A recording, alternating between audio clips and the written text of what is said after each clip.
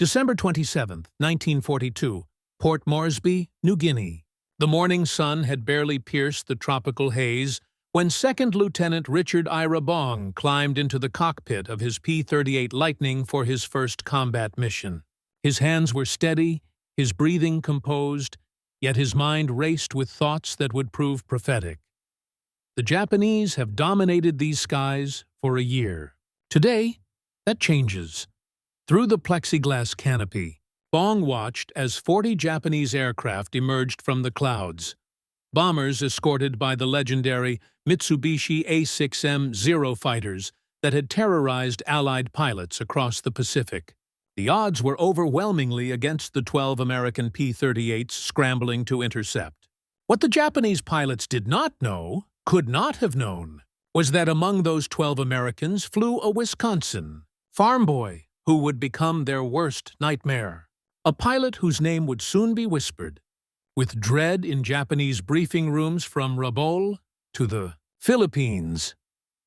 The mathematics of aerial combat were about to be rewritten, not solely through technology, though the twin-engine Lightning was revolutionary, not solely through tactics, though American fighter doctrine was evolving rapidly, but through the emergence of a single pilot whose combination of innate skill, analytical precision, and fearless aggression would shatter every assumption the Japanese held about American fighter pilots. Richard Bong had arrived in the Pacific Theater.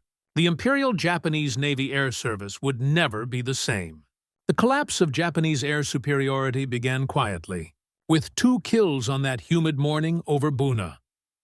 Flying alongside Captain Thomas Lynch and the 39th Fighter Squadron, Bong engaged the massive Japanese formation with methodical precision. His first victim was a Zero, the supposedly invincible fighter that had dominated Allied skies since Pearl Harbor. His second was a Nakajima Ki-43 Oscar, another feared Japanese fighter. For these 2 victories, Bong received the Silver Star, though the citation could not convey the terror Japanese pilots felt that day. Among them was Petty Officer First Class Hiroshi Nakamura, whose after-action report, discovered decades later in Japanese archives, revealed the first cracks in Japanese confidence. The American twin-engine fighters attacked with coordination we had never seen. One pilot, flying an aircraft whose number we did not know, demonstrated skill equal to our most experienced aces. He did not dogfight like previous American pilots. He used his plane's speed and altitude to dictate the engagement.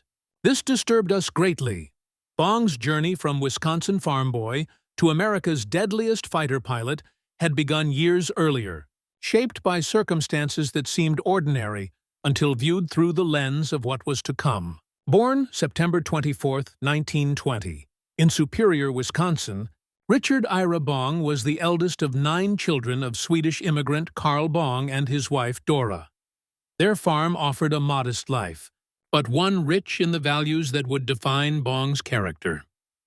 As a child, young Dick Bong witnessed something that changed his future forever. In 1928, President Calvin Coolidge spent his summer vacation in Superior. The military planes serving the presidential visit flew directly over the Bong farm. I knew then I wanted to be a pilot, Bong later recalled in letters to his family. I built model airplanes from scrap wood and paper. I studied every aviation magazine I could find. Flying was not a dream. It was destiny. What truly shaped Bong, however, was the discipline of farm life and the expectations of Swedish immigrant parents who valued hard work above all. He excelled academically, graduating 10th in his class of 428 students at Superior Central High School. He played baseball, basketball, and hockey, sang in the church choir, and hunted in Wisconsin's forests, developing marksmanship skills that would prove critical in aerial combat.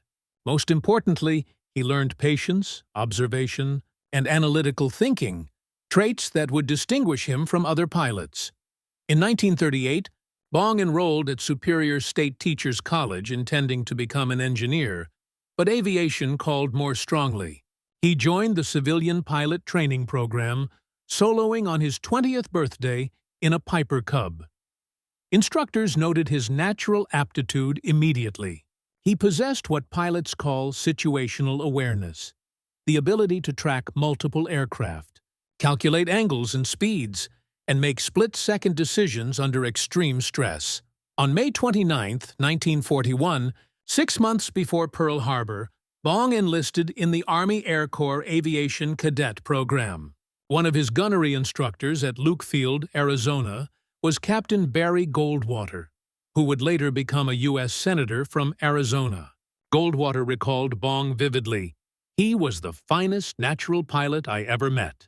In gunnery training, he could hit targets with precision, exceeding even our best instructors. But what impressed me most was his analytical mind. He didn't just shoot. He calculated, adjusted, and learned from every run." Another instructor, a P-38 Czech pilot whose name is lost to history, provided an assessment that proved prescient. "There is no way to keep Bong off your tail." He flew an AT-6, one of the slowest trainers, yet could position himself behind me in a much faster plane. His grasp of three-dimensional aerial combat was instinctive. On January 9, 1942, 1 month after Pearl Harbor, Second Lieutenant Richard Ira Bong earned his pilot wings and commission. His dream of flying had become reality. Instead of immediate combat deployment, his exceptional gunnery scores earned him a posting as an instructor at Luke Field. Though frustrating, the experience proved invaluable. Teaching others forced him to articulate tactics and techniques that came naturally to him. In May 1942, Bong received orders to Hamilton Field, California, to train on the Lockheed P-38 Lightning. This twin-engine fighter, with its distinctive twin-boom design and central cockpit, was unlike anything most pilots had flown. Powered by two Allison V1710 engines producing 1,425 horsepower each, the Lightning could reach 414 mph at 25,000 feet per hour. Armed with 20mm cannon and 50 caliber machine guns, all nose-mounted, the P-38 delivered devastating, concentrated firepower. Yet the Lightning was also complex and demanding. Its counter-rotating propellers eliminated torque issues, but created unique handling characteristics. Cockpit heating was inadequate for high-altitude flights, and controls were heavy at high speeds. Many pilots feared it. Bong loved it. He understood that the P-38's speed, climb rate, and long range made it ideal for Pacific combat, where engagements occurred over vast ocean distances. At Hamilton Field, Bong's natural flying talent manifested in ways that both impressed and alarmed his commanders. On June 12, 1942, he buzzed a fellow pilot's house just after his wedding, flying low enough to scatter debris across the yard. He also flew down Market Street in San Francisco at rooftop level, blowing clothes off a line in Oakland with his propeller wash. General George C. Kenney, commanding the 4th Air Force, personally reprimanded Bong. The general's words would become legendary. "If you didn't want to fly down Market Street, I wouldn't have you in my Air Force, but you are not to do it anymore, and I mean what I say." Despite the stern words, Kenney recognized something special in the young pilot. "We needed kids like this, lad," he would later write. "Aggressive, fearless, skilled. The kind of pilot who would press the attack when others turned away." When General Douglas MacArthur selected Kenney to lead the 5th Air Force in the South Pacific, Kenney handpicked 50 of the best P-38 pilots he knew to join him. Bong was one of them. In September 1942, the general and the farm boy arrived in Australia. The Pacific War was about to gain its most deadly aerial predator. The transformation from talented pilot to feared combat ace began with careful mentorship and combat exposure that built skills systematically. Bong was assigned to the 9th Fighter Squadron of the previous 49th Fighter Group, known as the Flying Knights. But the squadron was still flying Curtiss P-40 Warhawks, obsolete fighters no match for Japanese Zeros. Rather than waste time, General Kenney temporarily attached Bong to the 39th 9th Fighter Squadron, 35th Fighter Group at Port Moresby, where he could fly missions while awaiting P-38 deliveries. This assignment proved critical. Flying under Captain Thomas Lynch, Bong learned from one of the Pacific's rising aces. Lynch was a tactician who understood that American pilots could not dogfight Zeros on equal terms. The Zero could outturn any Allied fighter at low to medium altitudes.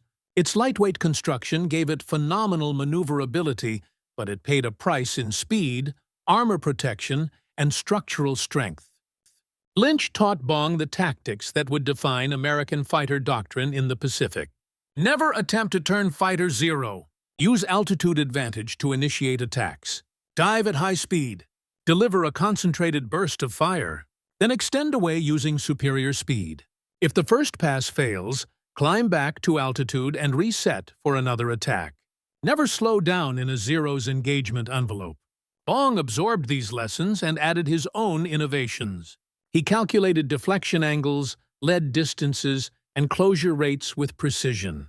Other pilots struggled to hit maneuvering targets. Bong understood that success required getting close, very close, close enough that missing became nearly impossible. December 27, 1942, provided Bong's baptism by fire. When 40 Japanese aircraft attacked Allied positions at Buna, 12 P-38s scrambled to intercept. The odds were more than 3-1 against the Americans. Most pilots would have exercised caution. Bong saw opportunity. Flying alongside Lynch, he positioned himself above the Japanese formation and dove into the attack with throttles wide open. His first target was a Zero attempting to engage Lynch's aircraft. Bong's side slipped, aligned his nose-mounted guns, and fired a short burst at close range. The Zero disintegrated in mid-air, pieces tumbling through the tropical sky. 3 more Zeros converged on Bong's position. Head-over toward the jungle canopy, the pursuing fighters following. At what he later described as 2 in above the shortest tree in Buna, Bong pulled out of his dive. The sudden maneuver loaded his airframe with tremendous G-forces, but the P-38's sturdy construction held. 2 of the pursuing Zeros could not match the maneuver and crashed into the jungle. But Bong was not finished. As heliveled out just above treetop height, he spotted an ID-3A Val dive bomber pulling out of its attack run. The bomber was vulnerable, slow, loaded with ordnance. Bong closed to point-blank range and fired. The Val exploded in a massive fireball. Too low to climb, Bong headed back to Port Moresby at minimum altitude, his heart pounding, his mind already analyzing the engagement for lessons learned. That single combat produced 2 confirmed kills and earned Bong the Silver Star. But the real victory was psychological. Japanese pilots who survived the engagement reported encountering an American pilot whose skill matched or exceeded their best aces. The reports were initially dismissed as combat exaggeration. They were not. Over the next 2 weeks, Bong demonstrated that his first combat success was no fluke. On January 7, 1943, Allied coast watchers reported a Japanese convoy moving along the south shore of New Britain, heading west towards Salamau. 48 American fighters scrambled to attack. Bong, flying with Lynch and 6 other P-38s, missed the initial rendezvous with P-40 fighter bombers, but ran directly into the convoy's air umbrella of Nakajima-Ki 43 Oscar fighters. The engagement lasted nearly 4 hours across 2 separate battles. In the first encounter at 13-15 hours, Bong engaged an Oscar in a 5-minute duel that showcased his tactical discipline.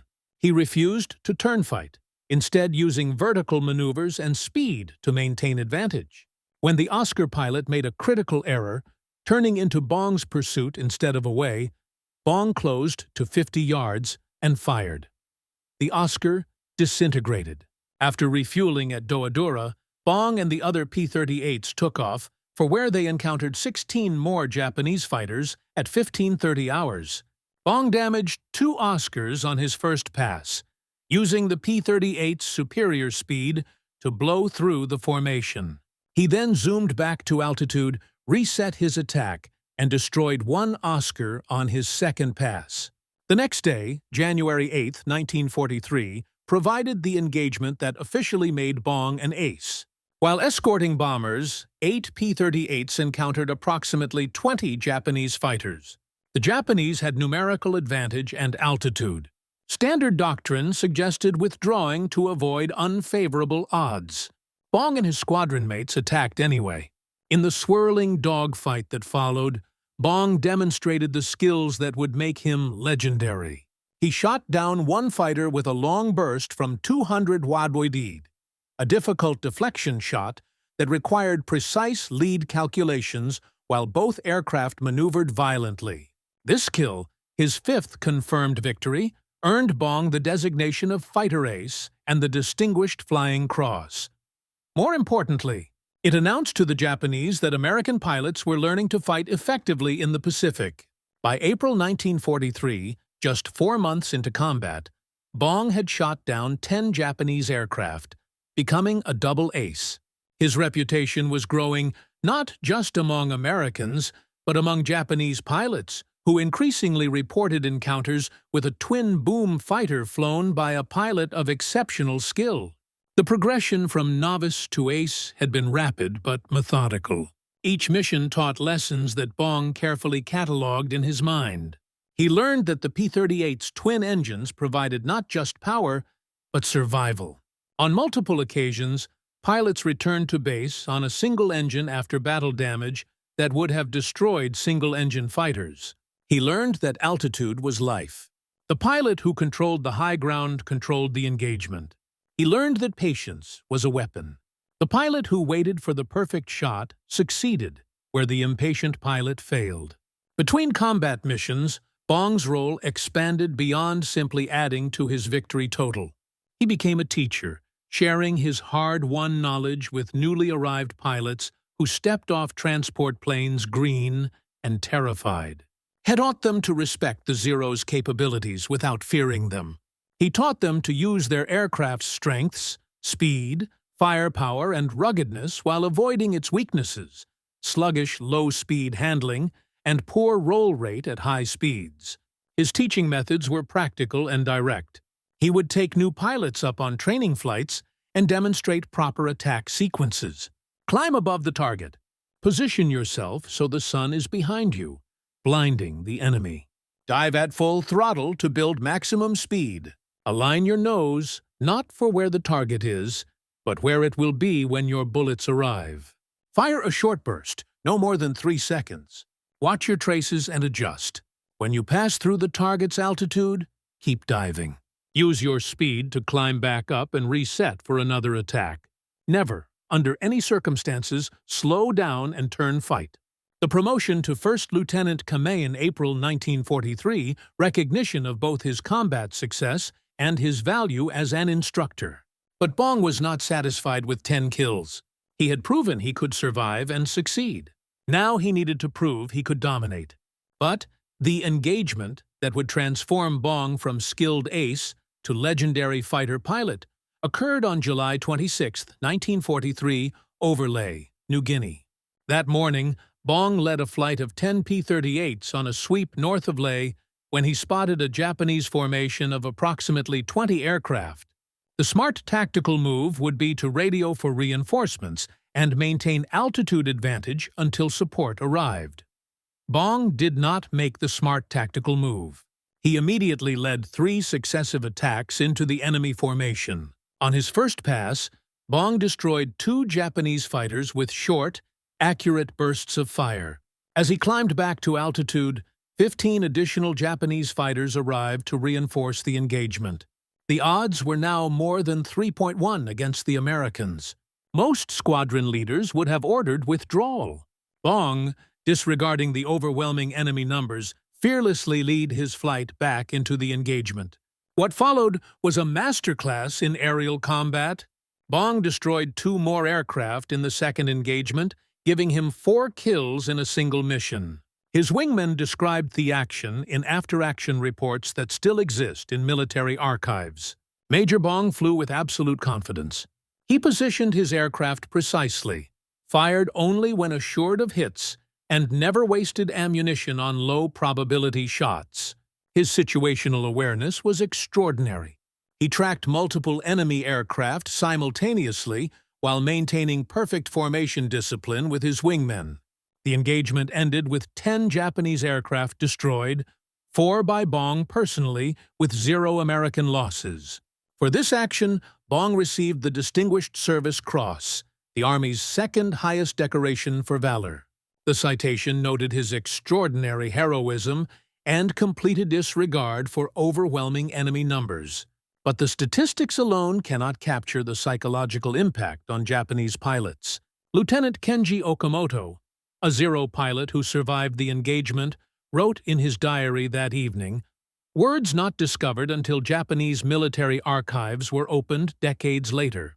We encountered the American twin boom fighter flown by the pilot. Our intelligence calls the ghost. He attacks from impossible angles with perfect precision. Our formation leaders now warn us specifically about this pilot. They say if you see the twin boom fighter with red painted wingtips and nose, disengage immediately. But disengagement is not always possible. The ghost chooses when and where to fight. We can only react." By August 1943, Bong had achieved 15 confirmed kills and received promotion to captain. His fame was spreading not just through military channels, but in American newspapers hungry for heroes. But Bong remained remarkably modest, uncomfortable with attention. In letters to his family, carefully preserved by his mother, he downplayed his achievements. "I am doing my job like every other pilot out here." The P-38 is a magnificent aircraft. The real heroes are the ground crews who keep these planes flying in impossible conditions. This humility masked a lethal effectiveness born from careful analysis. After every mission, Bong debriefed thoroughly with intelligence officers. He studied gun camera footage, frame by frame, not to celebrate his victories, but to identify what he could improve. He noted that his best kills came when he closed to within 100 yards or less, sometimes as close as 50 yards. At the range, even brief bursts found their mark. He calculated that he averaged only 2 to 3 seconds of firing per kill, a testament to accuracy achieved through proper positioning rather than prolonged engagement. What separated Bong from other skilled pilots was his refusal to take unnecessary risks. He never chased damaged aircraft deep into enemy territory. He never allowed victory fever to override tactical judgment. If an engagement turned unfavorable, he disengaged without shame or hesitation. He understood that dead heroes were still dead, and living pilots could fight again tomorrow. His squadron mates noticed something else about Bong's flying. He never lost a wingman. In the brutal mathematics of aerial combat, where many aces accumulated kills while their wingmen died protecting them, Bong's record was remarkable. He treated his wingmen as partners, not as expendable shields. He positioned them to support his attacks while keeping them out of maximum danger. He shared kills when his wingmen damaged aircraft that had finished off. This loyalty bred fierce devotion among those who flew with him. In November 1943, General Kenny ordered Bong back to the United States for 60 days' leave. The general's reasoning was strategic. Bong had flown continuous combat for nearly a year. He needed rest. More importantly, his combat experience was invaluable for training replacement pilots and refining fighter doctrine. But there was another reason, though Kenny never stated it officially. Losing Bong in combat would be devastating to American B morale. During his leave, Bong visited Superior State Teachers College for a homecoming event. There he met Marguerite Vattendahl, a beautiful and intelligent student who would transform his life in ways combat never could. The two began dating immediately, and when Bong returned to the Pacific in January 1944, he carried something precious, a large photograph of Marge that he had mounted on the nose of his P-38 Lightning. The aircraft was now named Marge in her honor. Unlike other pilots who adorned their aircraft with provocative nose art, Bong chose a respectful photograph of his girlfriend. His sister would later recall he did not have the nude figures like some pilots. He had a beautiful girl instead. The red-painted wingtips and propeller spinners remained distinctive markings that Japanese pilots had learned to recognize and fear. But fate intervened in March 1944. Another pilot, Second Lieutenant Thomas Malone, was flying Marge on a weather reconnaissance mission when the aircraft suffered engine failure over Papua New Guinea and crashed into a ravine. Malone bailed out safely, but Marge was gone, swallowed by the jungle that would hide her wreckage for 80 years. Bong mourned the loss of his namesake aircraft, but continued flying other P-38s, each one carrying Marge's photograph and his distinctive red markings. By April 1944, Bong had achieved 27 confirmed victories, surpassing Captain Eddie Rickenbacher's World War I record of 26 kills. Rickenbacher, America's previous ace of aces, sent Bong a personal letter of congratulations.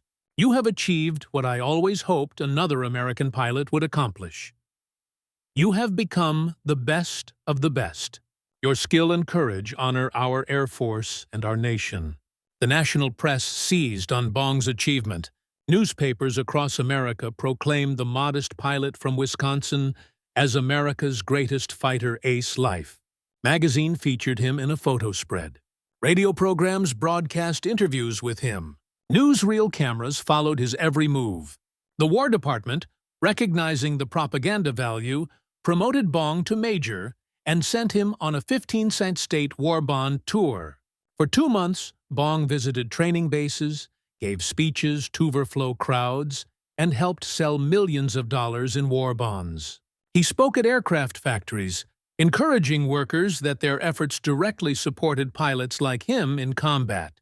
He visited hospitals, talking quietly with wounded servicemen, offering encouragement without false optimism. He appeared at civic events where mayors presented him with keys to their cities, and crowds cheered his every word. He hated every minute of it. In letters to Marge, Bong expressed his frustration. "I am not comfortable with attention and speeches. I belong in a cockpit, not on a stage. My squadron mates are still fighting while I tour the country. Every day away from combat is a day I date. Fail my brothers in arms." The humility was genuine. Despite his record-breaking achievements, Bong saw himself as a pilot doing his job. Nothing more. But the tour served its purpose. War bond sales surged wherever Bong appeared. Young men enlisted, inspired by Heist's example. Workers increased production, knowing that real pilots like Bong depended on their efforts. The shy farm boy had become, against his will, a symbol of American fighting spirit. General Kenny understood this, even if Bong did not. The AC's value extended beyond the aircraft he personally shot down. He inspired thousands of others to fight harder, work longer, and sacrifice more. General Kenny understood Bong's feelings, but had a larger strategic concern. Bong's death in combat would devastate American morale. The solution was elegant. In September 1944, when Bong returned to the Pacific, Kenny assigned him to 5th Air Force Headquarters as an advanced gunnery instructor. The orders explicitly stated that Bong was permitted to fly missions, but not to actively seek combat. He would train other pilots and improve fighter doctrine, critical work that kept him away from the most dangerous missions. Bong found the loophole immediately. The orders said he could not seek combat. They did not say he could not engage if combat found him. Flying from Tloban on later during the Philippines campaign, Bong managed to be in exactly the right place whenever Japanese aircraft appeared. His victory total climbed steadily. 28 kills, 30 kills, 35 kills. The Philippines campaign of late 1944 provided target-rich environments. Japanese air power, though greatly diminished from its 1942 strength, still mounted fierce resistance to MacArthur's return. Kamikaze attacks were beginning. Desperate suicide missions that terrified American sailors, but offered opportunities for fighter pilots like Bong, who could intercept the attackers before they reached the fleet. Each engagement was documented, filmed by gun cameras, and verified by multiple witnesses. There was no inflation of claims, no exaggeration. Every kill was legitimate. Bong's gun camera footage reviewed by intelligence officers showed a consistent pattern. Brief bursts of fire, typically 2 to 3 seconds. Targets at close range, often less than 100 yards. Immediate disengagement after firing, using speed to escape before other enemy fighters could react. It was methodical, efficient, deadly. As his total climbed toward 40, speculation grew about when he would be ordered home permanently. General Kenny walked a fine line. He wanted Bong to break records and boost morale, but he did not want to lose America's greatest ace to a lucky enemy shot. The solution was to gradually reduce Bong's missions while allowing him enough opportunities to reach 40 kills, a round number that would cement his legend. On December 12, 1944, General Douglas MacArthur personally presented Bong with the Medal of Honor at Tloban Airfield on Lee. MacArthur, known for dramatic speeches, discarded his prepared remarks and spoke from the heart.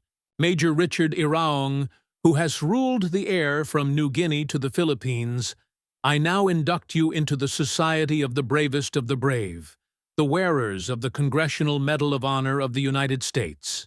The ceremony took place on the very airfield where Bong had flown many of his final missions. Fighter aircraft lined the runway in the background. Hundreds of servicemen stood at attention in the tropical heat. MacArthur, wearing his trademark sunglasses and khaki uniform, presented the medal with rare, genuine emotion. He understood that Bong represented something larger than individual achievement. He was proof that American fighting men could match and exceed the best warriors any enemy could field. The ceremony was filmed and shown in newsreels across America. The modest pilot stood at attention, visibly uncomfortable with the attention, as MacArthur pinned the Medal of Honor on his uniform. The citation accompanying the medal was detailed and specific, listing his 40 victories, his leadership, his devotion to duty, and his extraordinary heroism. But it could not capture the full measure of what Bong had accomplished. He had not just shot down 40 aircraft. He had transformed American fighter tactics. He had trained hundreds of pilots.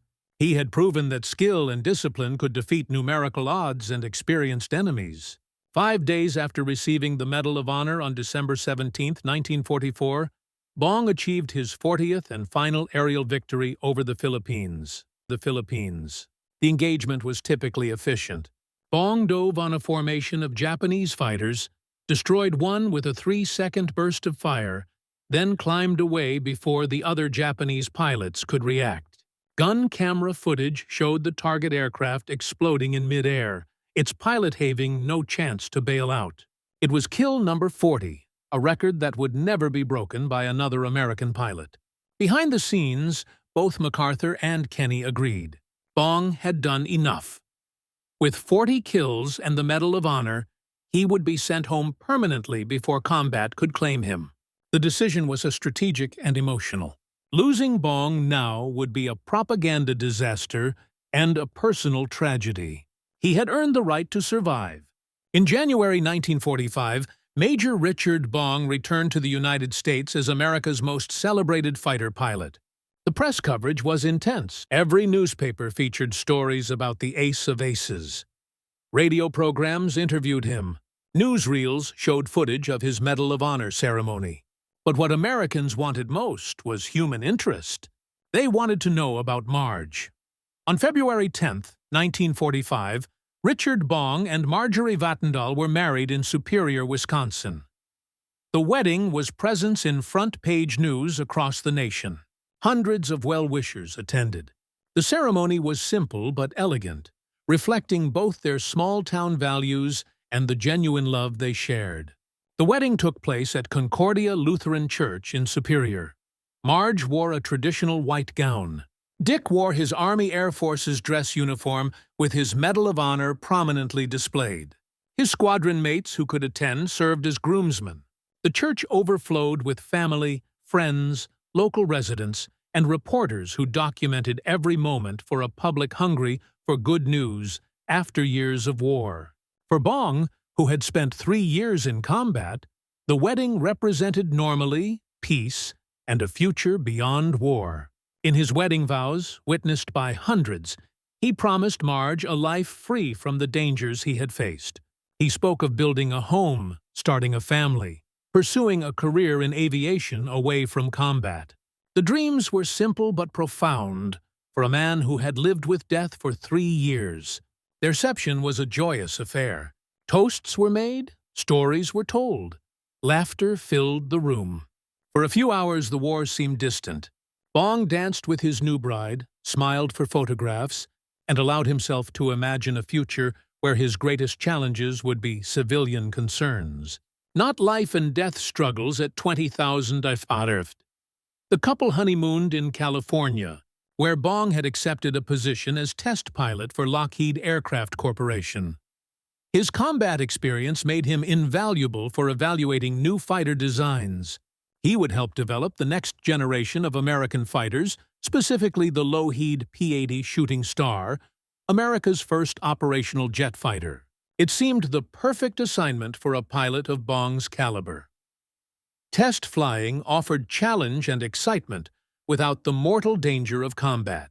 He could build a life with Marge while contributing to aviation advancement. But jet aircraft in 1945 were experimental and dangerous. The experimental technology was cutting edge, the performance unprecedented, but the reliability was questionable. Jet engines were temperamental. Control systems were unfamiliar. Safety procedures were still being developed through trial and error. Every test flight carried risk.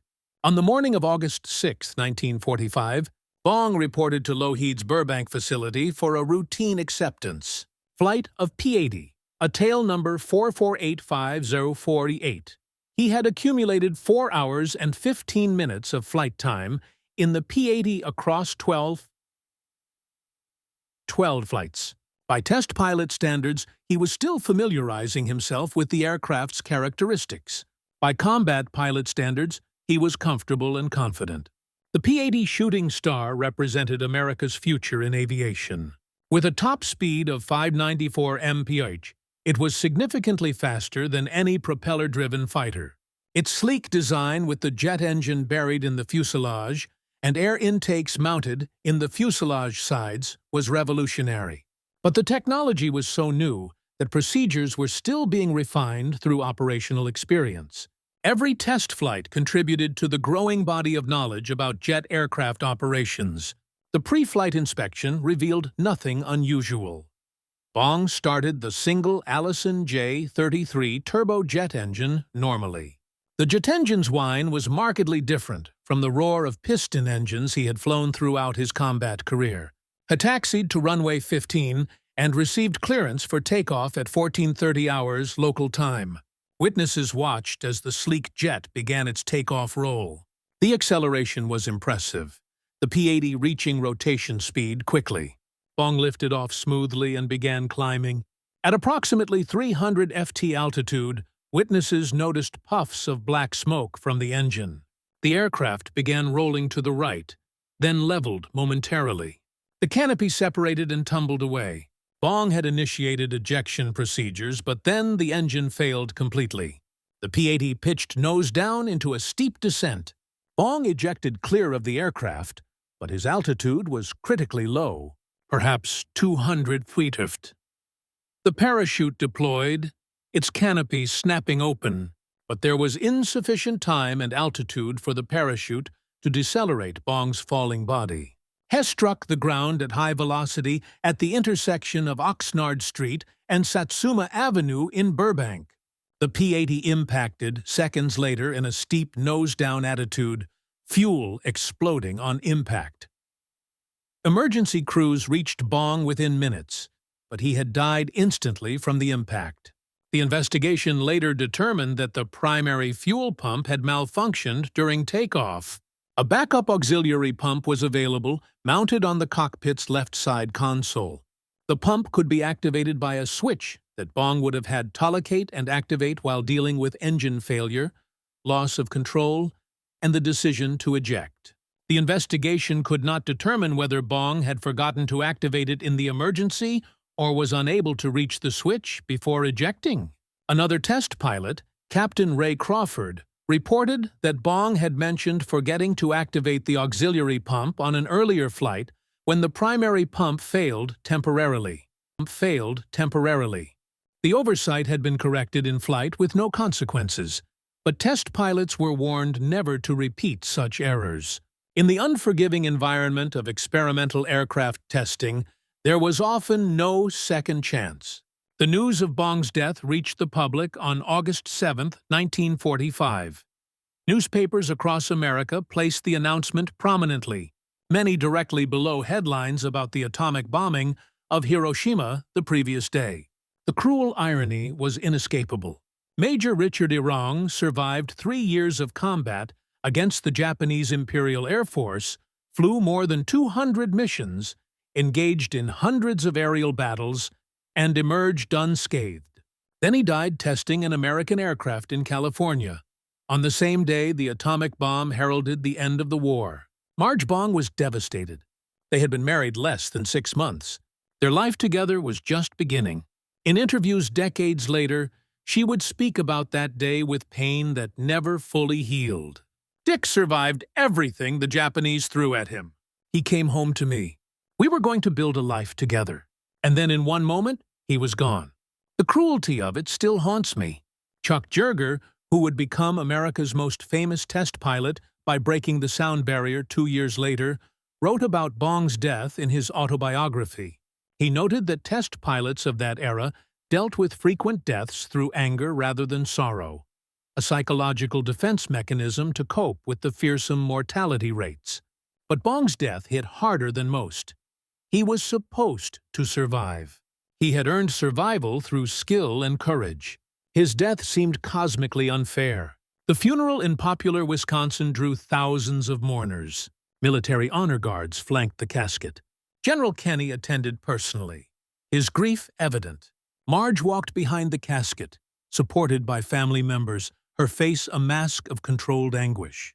The small farming community that had sent its favorite son to war received him back for burial, but not in the manner anyone had hoped. Major Richard Bong was 24 years old. The legacy Bong left behind extended far beyond his record of 40 confirmed aerial victories. His tactics became standard curriculum at fighter pilot training schools. The techniques he pioneered, energy management, altitude advantage, boom and zoom attacks, close-range firing became doctrine taught to every American fighter pilot for decades. Have proved that American pilots properly trained and equipped could defeat the best Japan offered. The psychological impact on Japanese pilots proved equally significant. Saburo Sakai, Japan's legendary ace who survived the war with 64 confirmed kills, spoke extensively about American pilots in post-war interviews. His assessment was brutally honest. The P-38 would patrol above the altitude at which the Zero could fly. Their great speed at high altitudes allowed them to maneuver into the most advantageous positions. Then the big fighters would plunge from the sky to smash into the hapless Zero fighters. The P-38s were in a most enviable position. They could choose to fight when and where they desired and on their own terms. Under such conditions, the Lightning became one of the most deadly of all enemy planes. The P-38 destroyed the morale of the Zero fighter pilot.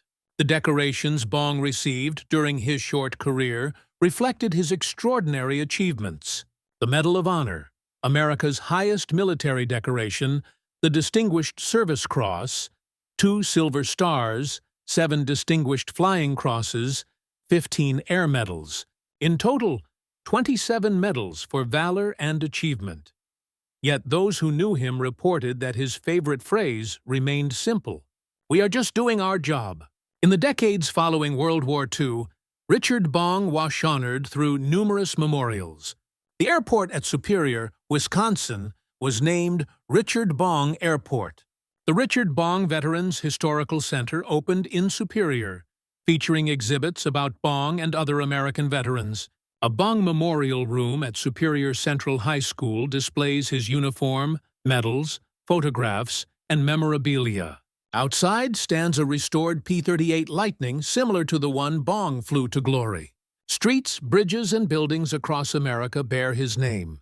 In 1986, 41 years after his death, Richard Bong was posthumously inducted into the National Aviation Hall of Fame. The ceremony brought together surviving members of his squadron, now elderly men who still remembered flying with him. Colonel Gerald Johnson, who flew with Bong in the 49th Fighter Group, spoke at the induction. "Dick Bong was the best pilot I ever knew. But that is not why we remember him. We remember him because he made everyone around him better. He taught us how to survive. He showed us that skill and discipline defeated raw aggression. He proved that determination and preparation could overcome any odds. We were honored to have flown with him." The discovery of Bong's crashed P-38 Marge in May 2024 brought closure to a story that had remained incomplete for 8 decades. On May 16, 2024, a joint expedition by the Richard I Bong Veterans Historical Center and Pacific Rex discovered wreckage in a ravine in Papua New Guinea's Madang province. Justin Talon, director of Pacific Rex, described finding 2 engines partially buried in soil with red paint still visible on the propeller spinners. Bong's 99-year-old sister, Jerry Fielcott, expressed happiness at the discovery. The statistics of Bong's combat career tell a story of unmatched achievement.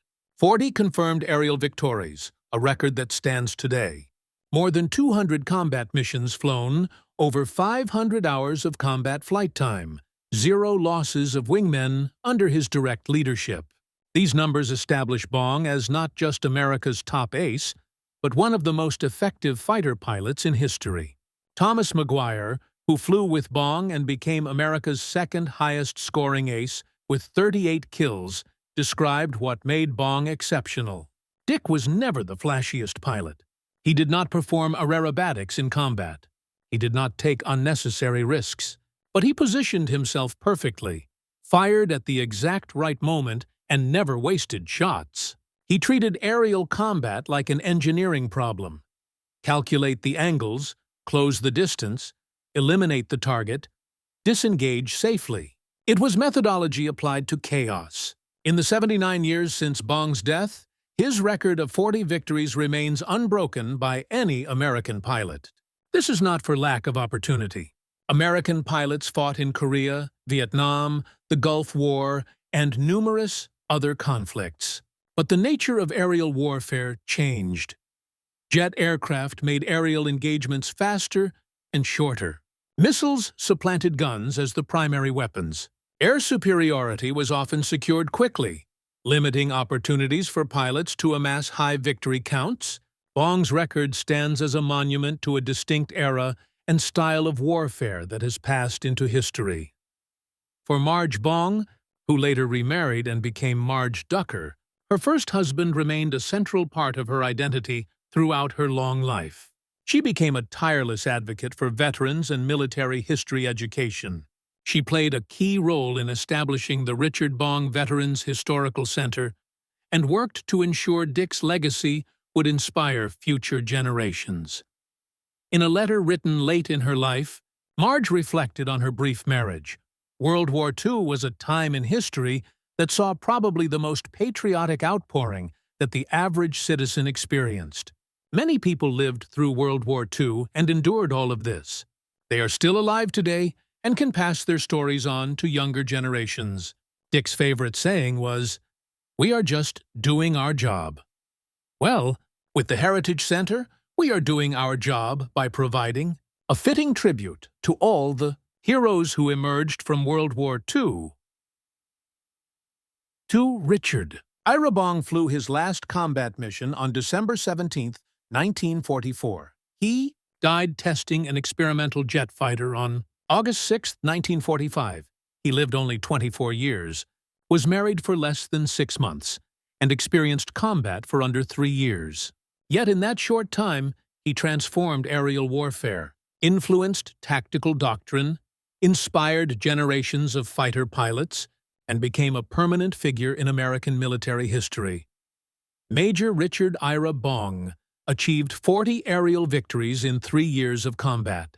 But his true accomplishment was even greater. He demonstrated that analytical thinking and tactical discipline outweighed raw aggression. He proved that technology alone was meaningless without skilled operators. He set standards of excellence that continue to inspire. The Japanese feared him for good reason. He was the most formidable pilot they ever faced, the aviator who dominated the skies from New Guinea to the Philippines, the ace of aces, America's deadliest fighter pilot. America's deadliest fighter pilot.